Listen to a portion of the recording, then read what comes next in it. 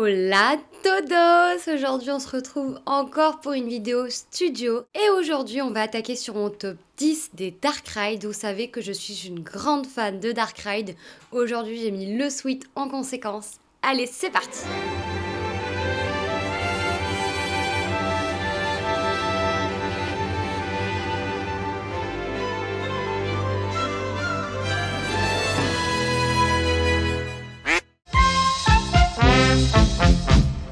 Commence ce top 10 avec évidemment la 10e position et je pense que c'est un parc que vous attendiez pas à voir dans un de mes tops. C'est PortAventura World, donc on va parler de Street Mission qui est un jeu de shooting du coup sur le thème un peu de Sesame Street. En fait il faut tirer sur des cookies. Pourquoi j'adore ce Dark Ride? Alors déjà j'adore PortAventura, pour ceux qui ne le sauraient pas c'est le premier parc d'attraction que j'ai fait dans ma vie. Street Mission qui a ouvert le 6 avril 2019, donc c'est un Dark Ride shooting comme je vous l'ai dit et en fait ça sent le cookie à l'intérieur et j'aime bien tous les personnages de Sesame Street. Je trouve qu'ils ont un petit truc, ils sont assez marrants et je le trouve vachement bien fait. Alors malgré que ce soit quand même des écrans, il y a des cibles réelles il me semble et j'aime beaucoup cette attraction. Comme toutes les attractions de PortAventura, elle souffre du manque de débit et du problème des opérations. Moi à chaque fois que j'y suis allée il y avait pas grand monde, donc en fait je l'ai fait assez rapidement. Il peut y avoir rapidement des heures d'attente, donc c'est pas forcément dingue. Je trouve que tout ce qui est dans la file d'attente est assez rigolo. On a un espèce d'animatronique qui raconte une petite histoire. C'est bien parce que les textes sont traduits, il me semble, en anglais et en français si j'ai pas de bêtises, donc ça c'est assez cool.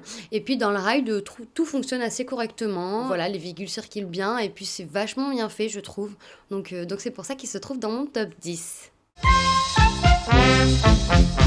En 9e position, et je sais que celui-là vous l'attendiez dans mon top, c'est Carnaval Festival à Efteling. Il va y avoir pas mal de Dark Ride d'Efteling, je vous préviens tout de suite. Carnaval Festival, pourquoi j'adore ça? Parce que c'est complètement con. Et j'adore quand c'est complètement con. La musique, moi, je l'adore. J'écoute même des fois en voiture quand je suis toute seule. Ces petites poupées qui bougent, là, ça me fait rire. Et puis, je trouve ça magnifique, en fait. Hein. Moi, j'aime beaucoup le style. Vous verrez peut-être dans le sapin, on a un petit personnage de Carnaval Festival juste ici. J'aime vraiment beaucoup cette attraction. Pour la petite histoire, elle a ouvert en 1984, donc elle est assez vieille, finalement. Je trouve que ça se ressent pas forcément beaucoup. Alors, oui, en effet, il y a vraiment des stéréotypes qui sont de l'époque, mais je trouve que la qualité du ride et du ride system et des décors tout simplement, c'est très joli et c'est toujours marrant d'y aller entre amis. Là on l'avait fait au Trip Up, on était 90 là-dedans, c'était très marrant. J'aime beaucoup Carnaval Festival, voilà pourquoi il est en 9e position. Il a une petite place un petit peu particulière dans mon cœur, je peux pas faire un Efteling sans faire un Carnaval Festival. Ah oui, j'ai pas expliqué, en fait c'est un peu comme un It's a Small World mais avec des clowns tout simplement. Ça fait le tour du monde, il y a des scènes représentatives et en fait les poupées entre guillemets, c'est toutes des clowns, donc c'est assez rigolo et très coloré.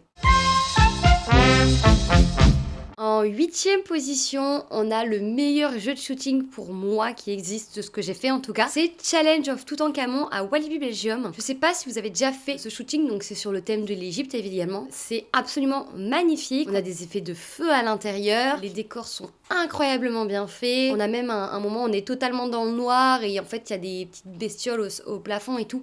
C'est franchement très bien. Le petit bémol, c'est que je crois que j'ai eu un pistolet qui marche peut-être 2 fois sur 5, un truc comme ça.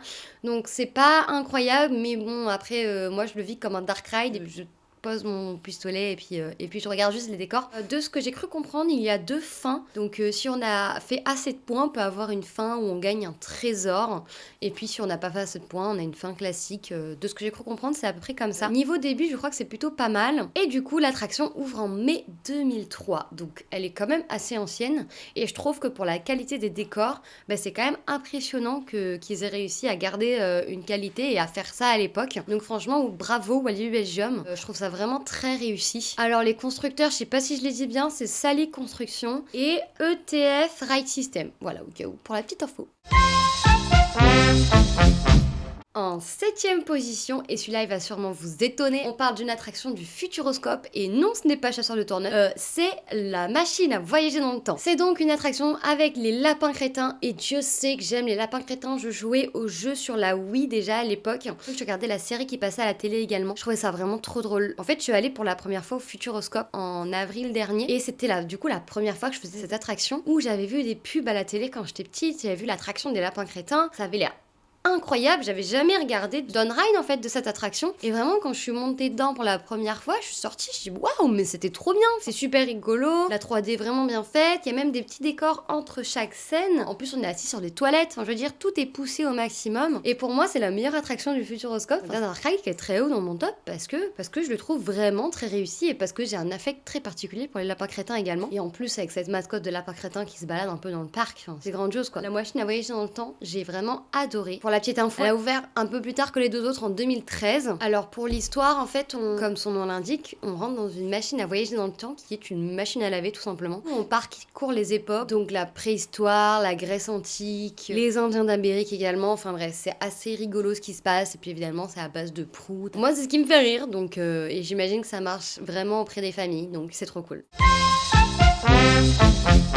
En 6e position, et c'est une attraction qui me tient fortement à cœur, c'est Phantom Manor à Disneyland Paris. Je n'ai pas encore fait les versions américaines, japonaises, tout ce que vous voulez, mais celle de Disneyland Paris, force est de constater qu'elle est vraiment très très bien réussie. Les décors sont très beaux, l'histoire également est incroyable. Moi, c'est une des premières attractions que j'ai fait à Disneyland Paris quand j'ai pris mon pass annuel à l'époque. Elle garde une place toute particulière dans mon cœur avec ce cimetière à l'extérieur. Le visuel devant l'attraction est dingue. Rien n'est laissé au hasard cette attraction et franchement, je l'adore. Pour la petite info, elle est arrivée à Disneyland Paris à l'ouverture du parc, donc le 12 avril 1992, et elle est construite par le constructeur Vekoma. C'est vrai que je m'étais jamais posé la question et je le découvre en même temps que vous finalement.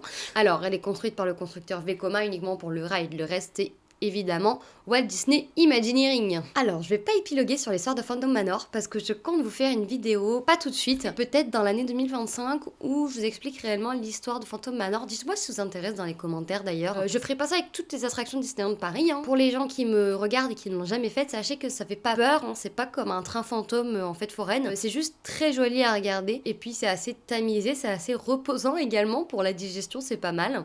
Donc voilà, je vous la conseille fortement. En 5e position, on a Piraten in Batavia qui se trouve à Europa Park. Piraten in Batavia, la première fois que je l'ai fait, je suis sortie, j'étais limite émue parce que c'est vraiment très beau. Il y a tout ce qui est odeur et tout. Donc pour ceux qui ne sauraient pas, c'est un parcours dans un bateau où on voit du coup des décors avec des pirates, tout ça. Voilà, pour pas trop en dire. En fait, je saurais pas quoi dire de plus sur cette attraction. Malheureusement, elle a brûlé, donc ils ont dû refaire des décors et les décors qu'ils ont refaits sont absolument incroyables. Elle a ouvert pour la première fois en 1987, donc c'est assez tôt quand même. Et en tout cas, elle est vraiment très très très bien réussie. Pour moi, c'est le meilleur dark ride d'Europa Park. C'est une attraction que je ferai à chaque visite d'Europa Park, ça c'est sûr et certain, parce que je l'aime vraiment beaucoup. Alors pareil, Piraten in Batavia a une file d'attente qui est ultra thématisée, mais vraiment ultra thématisée. C'est limite si c'est pas un dark ride avant le dark ride. Et l'entrée est absolument somptueuse. On passe également donc dans une forêt, dans le ride. Enfin vraiment, c'est très très bien fait, je vous la conseille fortement et encore une fois il n'y a pas de sensation à l'intérieur donc c'est accessible à tous. Et pour bien continuer, l'une va avec l'autre, en 4e position on a Pirates des Caraïbes à Disneyland Paris évidemment. Pourquoi Pirates des Caraïbes avant Piraten in Batavia? Tout simplement parce qu'il y a quand même un petit décrochage de beat dans Pirates des Caraïbes. Je sais pas, il y a un truc en plus en fait. La file d'attente n'est pas forcément plus belle, le ride non plus, mais je sais pas, il y a un truc qui fait que Pirates des Caraïbes sera toujours devant Piraten in Batavia. Malheureusement, ces derniers temps, à chaque fois que je fais Pirates des Caraïbes, il n'y a qu'une seule gare ouverte. Ça fait que le débit est vraiment pas dingue en fait, tout simplement. Mais je pense que ça doit être lié au problème d'opération à Disney. J'espère que ça va être vite réglé. Et le gros problème de Pirates des Caraïbes, ça va ensemble, c'est également le backup. Donc le backup, c'est quand vous restez dans les bateaux avant de débarquer. Quand il y a énormément de bateaux les uns après les autres, vous attendez avant de sortir de l'attraction tout simplement. C'est vrai qu'à Pirates des Caraïbes, ça arrive tout le temps en fait. À It's a Small World également, mais c'est vrai que Pirates, c'est beaucoup plus long.